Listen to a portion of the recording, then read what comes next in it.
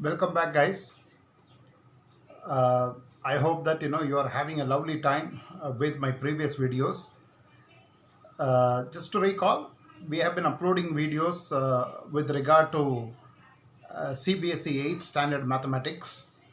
Our intention is to follow the NCRT syllabus. Our intention is to cover each and every lessons, and we are focusing on providing videos that will assist children in their education. See, we believe that the foundation has to be really strong. So the first and foremost is, whatever we are learning in mathematics in our school, we should be thorough with that.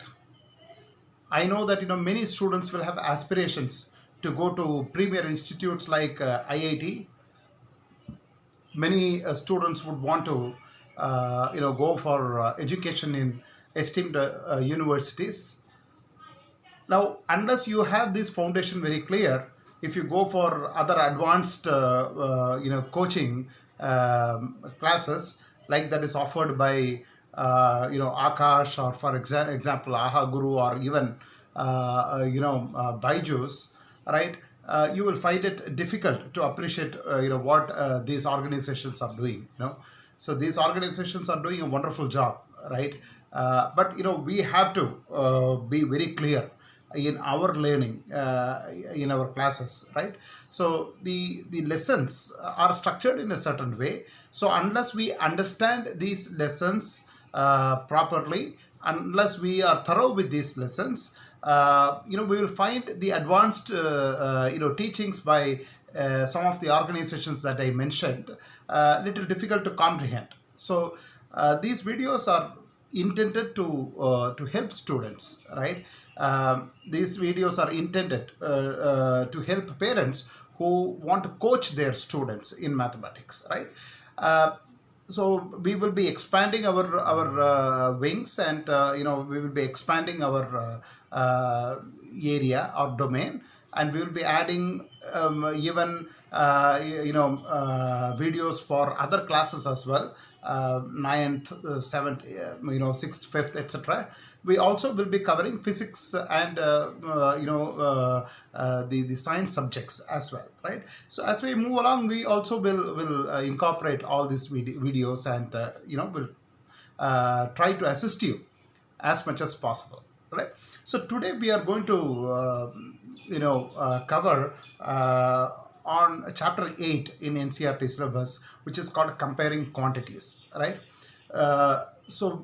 When I say comparing quantities, there are many instances in our life where we will be comparing different quantities. For instance, in a city, one might come and ask a question: what is the ratio of elderly people to children in a city? This is something that a person who is doing a survey of a city may be interested in, right?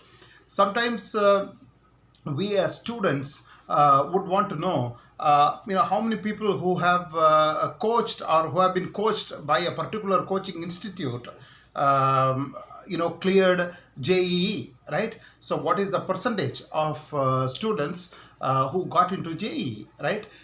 So this is something which may be of interest to us, right? And sometimes we might want to know how many AC buses are there, comparing to the overall number of buses that ply in your city. So there are many incidents or situations where we compare quantities, right? And we take a lot of things for granted, because intuitively we know the meaning of certain questions, right? We keep hearing in the television channel, we keep hearing things like the prices of onions have gone up by 15%, right? And we will keep hearing the inflation is up by 5% or 2%, right? You watch any stock market related channels, right? As a child, you may not really able to appreciate what is happening in a stock market, but if you just happen to watch such a channel, they will keep saying the prices of a particular stock has gone up by 10%, or a particular price of a particular stock has gone down by 15%, right? um, we would have come across situations like, our parents would be having a discussion among themselves, and they will be saying, the fixed deposit rates have come down, right? We used to get around 8% on fixed deposit that we used to keep with the banks, and now it has come down to 6.1%, right?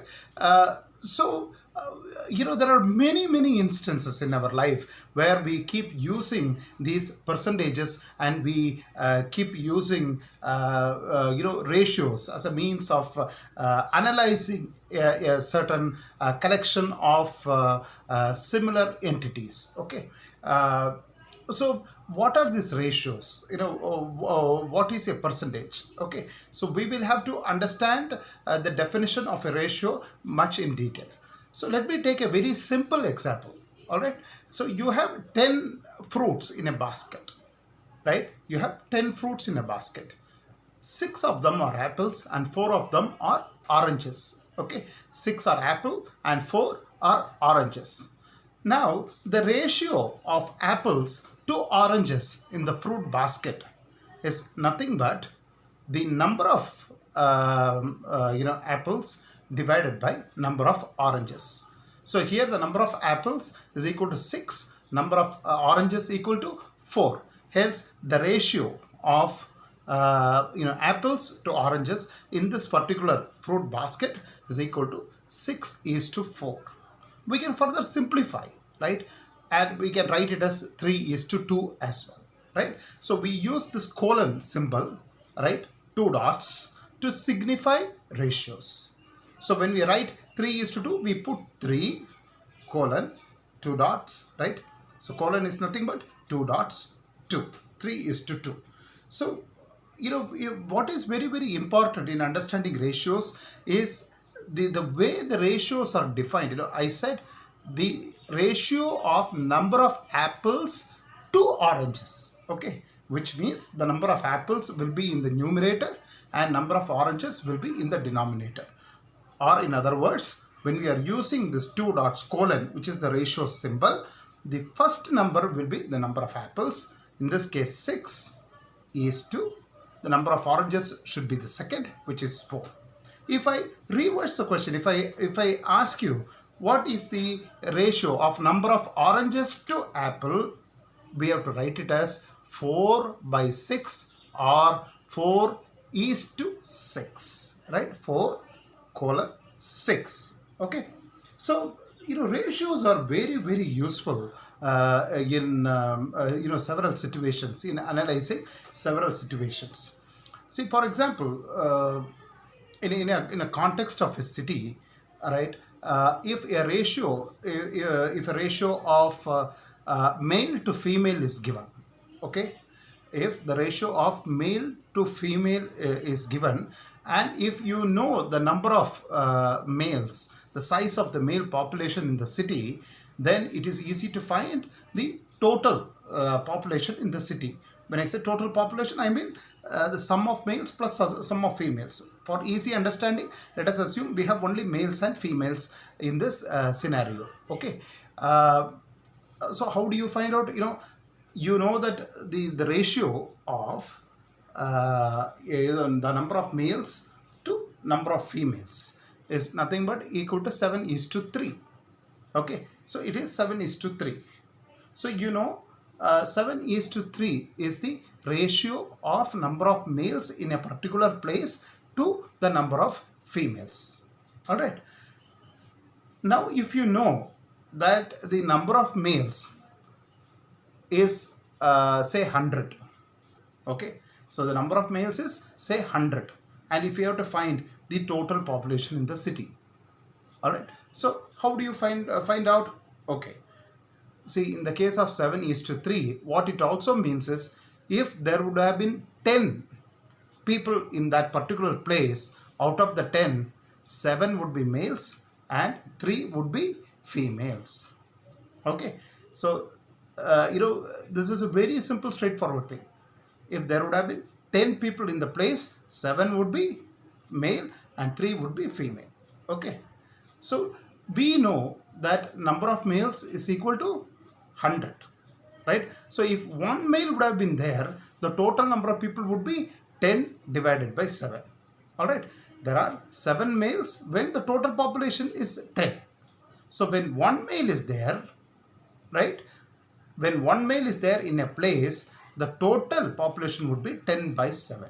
So if there are 100 males in the place, the total population will be 10 by 7 into 100. Right? Very simple.